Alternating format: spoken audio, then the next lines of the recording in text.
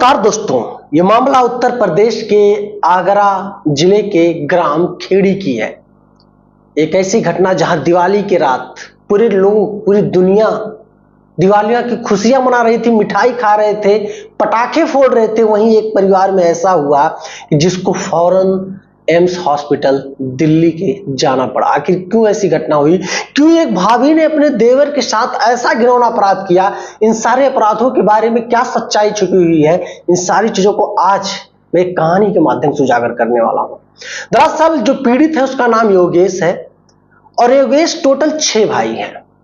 6 भाई में बहुत आपस में जमता नहीं, बस बातचीत ऐसे किसी तरीके से फोन पे हेलो हाय हो जाता है, बस हो जाता है। कोई भाई आगरा में मेहनत मजदूरी करता है तो कोई किसी जगह, 2 लोग घर पे रहते हैं। बाकी योगेश उत्तराखंड के हल्द्वानी सिटी में अल्ट्राटेक सीमेंट में असिस्टेंट मैनेजर के पोस्ट पर है। अल्ट्राटेक सीमेंट की जो कंपनी है उसी में योगेश की कमाई बड़ी अच्छी खासी थी। योगेश महीने का बताया जाता है कि 50-60 हजार रुपए से ज्यादा तो उसकी सैलरी थी और सुविधाएं ऐसी ऐसी कि मानो एक बढ़िया लग्जरी लाइफ हो, ऐसी सुविधाएं। अब योगेश जो था एक लड़की से बहुत ज्यादा फोन पे बातचीत करता था, रात दिन खूब पढ़ता था, कभी कभी तो मिलने भी चला जाता था। और वो लड़की कोई और नहीं थी, योगेश के सगी भाभी, जिसका नाम अर्चना बताया जाता है, उसकी सगी भाभी की सगी बहन थी।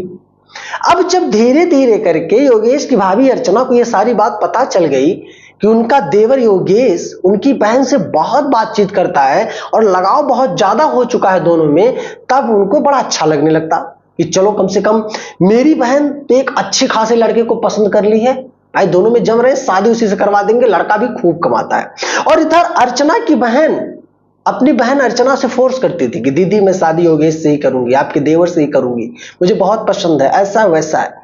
लेकिन मानो योगेश ने दुनिया भर की तमाम झमाम बातों को ना ध्यान में रखते हुए अपने माता पिता की बातों को माना।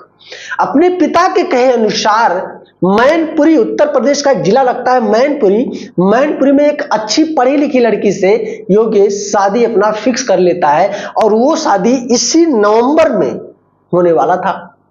अब दिवालियों में अक्सर लोग चाहे कहीं पे भी बाहर रहते हो, चाहे कोई कहीं पे भी हो, हर कोई यही चाहता है कि सब लोग मौजूद हो जाए घर पे, और घर पे मौजूद होने के बाद आराम से त्योहारों का लुत्फ उठाएं, मजा उठाएं। योगेश ने भी वही किया।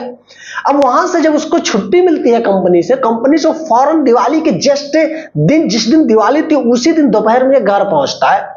घर पहुंचने के बाद योगेश आता है, मिठाइयां वगैरह खाता है, उसके बाद सब कुछ बढ़िया से और अपने कमरे में योगेश जाकर सोने लगता है। रात में तकरीबन 2 बजा अचानक योगेश की भाभी अर्चना, जो आगरा में रहती थी सिटी में, अपने बच्चों को लेकर के रात में वो पहुंच जाती है घर पे। और जब घर पे पहुंचती है तो पहले नंबर योगेश के कमरे में जाती है। योगेश एकदम सोया हुआ था और कमरे के अंदर जाके सिटकनी अंदर से लगा देती है। सिटकनी लगाने के बाद योगेश के प्राइवेट पार्ट को उसने काट दिया। जैसे योगेश को दर्द हुआ, योगेश चीखने चिल्लाने लगा। योगेश की चीख चिल्लाने की आवाज सुनकर लोग हैरान हो गए। अगल बगल के लोग तुरंत मौजूद होने लगे, पहुंचने लगे।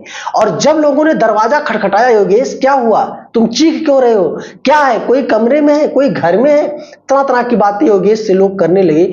लेकिन योगेश यही कहता, मुझे बचा लो, ये मुझे मार देगी, मुझे बचा लो। तब लोगों ने जबरदस्ती करके दरवाजे को तोड़ा, पड़ोसियों ने। तोड़ने के बाद तब देखते हैं कि घर में कोई और नहीं बल्कि योगेश की भाभी अर्चना है, जिसने इतना बड़ा कांड कर दिया कि अपने ही देवर के प्राइवेट पार्ट को काट दिया। अब पड़ोसियों ने तुरंत अनान फनान में योगेश को तो नजदीकी हॉस्पिटल में एडमिट किया।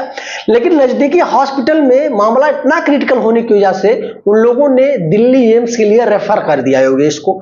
अब योगेश को जब रेफर कर दिया गया, वो दिल्ली गया, तो वहां पुलिस ने पूरे मामले की जब छानबीन करनी शुरू की, तब यह पता चलता है कि योगेश की जो भाभी है, जिसका नाम अर्चना बताया जाता है, ये भाभी इसकी ये चाहती थी कि इसकी बहन की शादी योगेश से हो, जबकि योगेश की शादी मैनपुरी जिले के एक गांव में एक पढ़ी लिखी लड़की से इसी नवंबर में होने वाला था।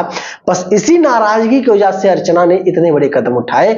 ऐसा योगेश के भाई ने भी खुद बताया पुलिस के सामने कि योगेश के भाई ने, मुकेश ने ये कहा पुलिस से कि मेरी पत्नी जो अर्चना है वो चाहती थी, कई दिनों से मुझसे भी यही कहती थी कि आपके भाई योगेश ने बहुत बड़ी गलती कर दी है।